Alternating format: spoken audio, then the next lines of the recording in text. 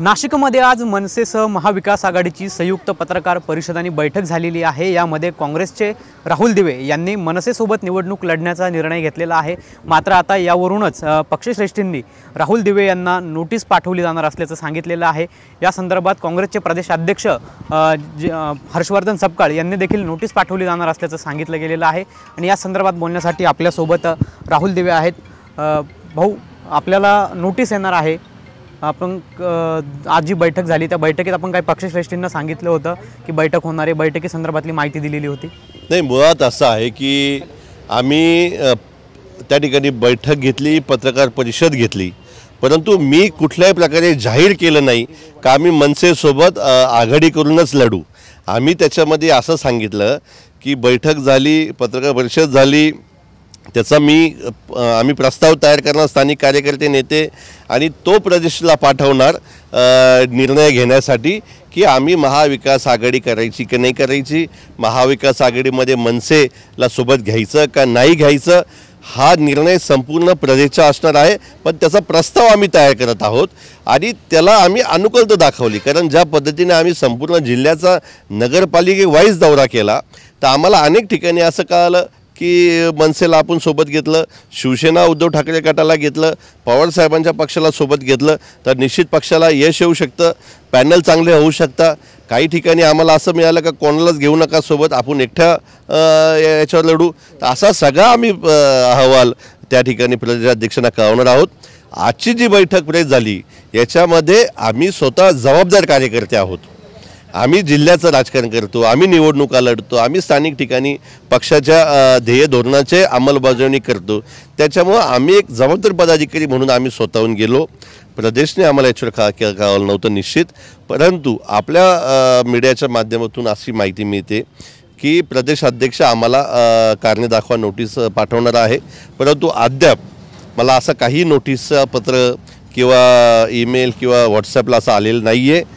प्रदेशाध्यक्षांशी माझं काही बोलणं त्यावर झालेलं नाही आहे। परंतु जर असं मला काही त्यांनी लेखी उत्तर नोटीस जर पाठवली, उत्तर मागितलं तर त्याच्यामध्ये निश्चित जो काय अहवाल आम्ही तयार केलेला आहे तो अहवाल त्यांना पाठवू, त्यांच्या प्रश्नांचं समाधान होईल असं उत्तर आम्ही त्यांना पाठवू का जेणेकरून त्यांनासुद्धा आमची भूमिका ही किती पाण्यासारखी नितळ आहे हे त्यांच्या लक्षात येईल। आम्ही ते लक्षात आणून देऊ। आता आम्ही सगळे कार्यकर्ते माझ्यासोबत आमच्या नाशिक जिल्ह्याचे जिल्हाध्यक्ष असतील, नव्याने झालेले प्रदेश पदाधिकारी सगळे माझ्यासोबत आहे। आम्ही बाळासाहेब थोरात यांच्याकडे रवाना होत आहोत। त्यांनी आम्हाला 4ची वेळ दिलेली आहे आणि ही सगळी आम्ही त्यांच्यासमोर मांडणार आहोत आणि ते प्रदेशाध्यक्षांशी बोलून आम्हाला कळवतील काय निर्णय घ्यायचा, काय निर्णय नाही घ्यायचा। परंतु आमच्या प्रदेशाध्यक्षांना संपूर्ण अधिकार आम्हाला जाब विचारण्याचा आहे, आम्हाला नोटीस पाठवण्याचा सुद्धा अधिकार आहे। कारण आमचं हे कुटुंब आहे, कुटुंबामध्ये प्रत्येक नेता हा वडीलधारी आहे, त्यांना अधिकार आहे। तुम्ही म्हणतायत की पक्ष हा कुटुंब आहे, मात्र तुम्ही आता प्रदेशाध्यक्षांकडे न जाता बाळासाहेब थोरातांकडे जात आहेत। हे बघा, बाळासाहेब थोरात हे आमचे कुटुंब प्रमुख आहे। बाळासाहेब थोरात नाशिक जिल्ह्याचे हे संपर्क नेते आहे, राज्याचे नेते आहे आणि संगमनेरला त्या नगरपालिकेच्या निवडणुकी संदर्भामध्ये त्यांच्या त्या ठिकाणी बैठका चालू आहे आणि ते आम्हाला उपलब्ध त्या ठिकाणी होत आहे। हर्षवर्धन सपकाळ साहेब हे मुंबईला वेगवेगळ्या कार्यक्रमात आहे, ते लगेच उपलब्ध होणार नाही आणि आज आपण मीडियाच्या माध्यमातून आज सगळीकडे महाराष्ट्रात ही बातमी गेली का काँग्रेस मनसे एकत्र येणार आणि म्हणून आम्हाला लवकर नेता कुठला अवेलेबल आहे म्हणून थोरात साहेब आहे, म्हणून आम्ही तिकडे चाललो आहोत। परंतु आमच्यासाठी थोरात साहेब आणि सपकाळ साहेब हे दोघंही नेते आम्हाला वंदनीय आहे, हे दोघंही नेते आम्हाला महत्त्वाचे आहे। आमच्यामध्ये कुठल्याही प्रकारची गटबाजी नाही, गटतट नाही आहे, हे दोघंही नेते ही एक आहे। कुठेतरी मनसेला सोबत घेण्यावरून काँग्रेसमध्ये 2 मतप्रवाह आहेत।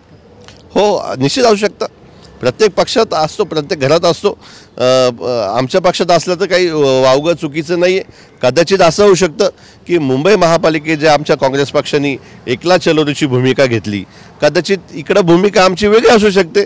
कारण शेवटी आम्हाला स्थानिक प्रश्न घेऊन पुढे यायचं आहे। मुंबईचे महापालिकेचे प्रश्न वेगळे असतील, आमच्या सिन्नर नगरपालिकेचे वेगळे प्रश्न आहे, आमचे भगूर नगरपालिकेचे प्रश्न वेगळे।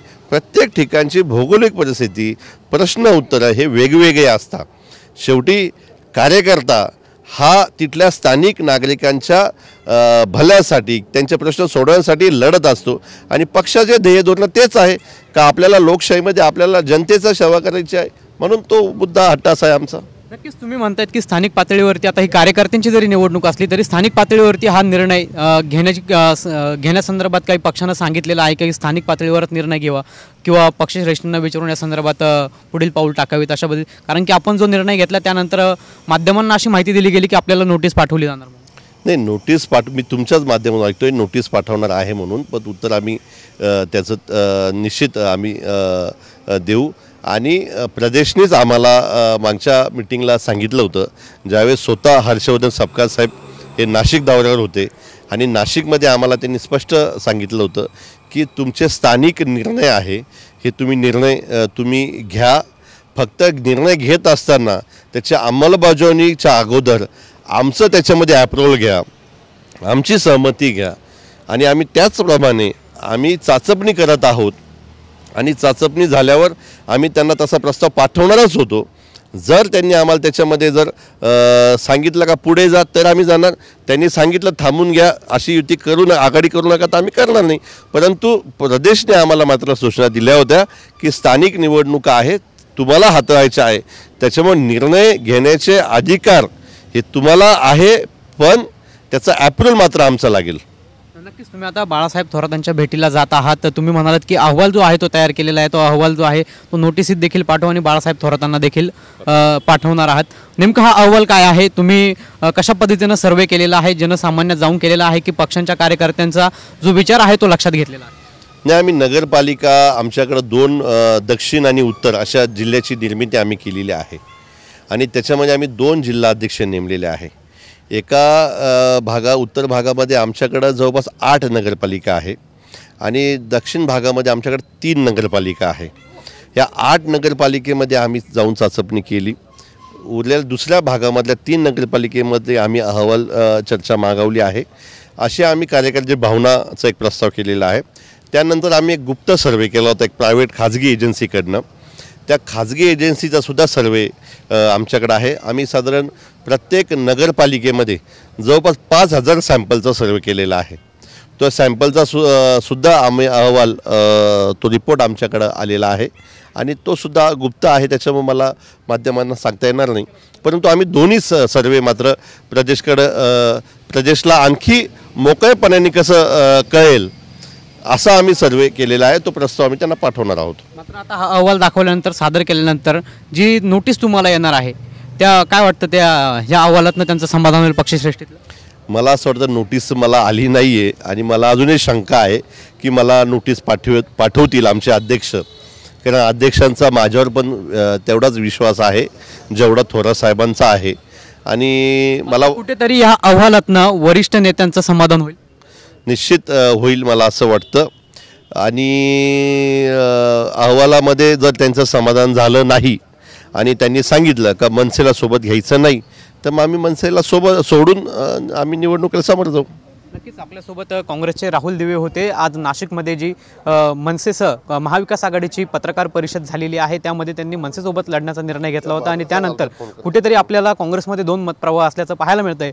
मात्र आता राहुल दिवे हे काँग्रेस नेते बाळासाहेब थोरात यांच्या भेटीला जात आहेत. त्यांनी जो अहवाल त्यांनी तयार केलेला आहे तो देखील त्यांना सादर करणार आहेत. त्यामुळे कुठेतरी अहवालातून समाधान होईल अशा पद्धतीची अपेक्षा जी आहेत राहुल दिवे व्यक्त करताना आपल्याला पाहायला मिळतंय. कॅमेरा पर्सन आकाश येवलेसह पवन येवले, TV9 मराठी, नाशिक.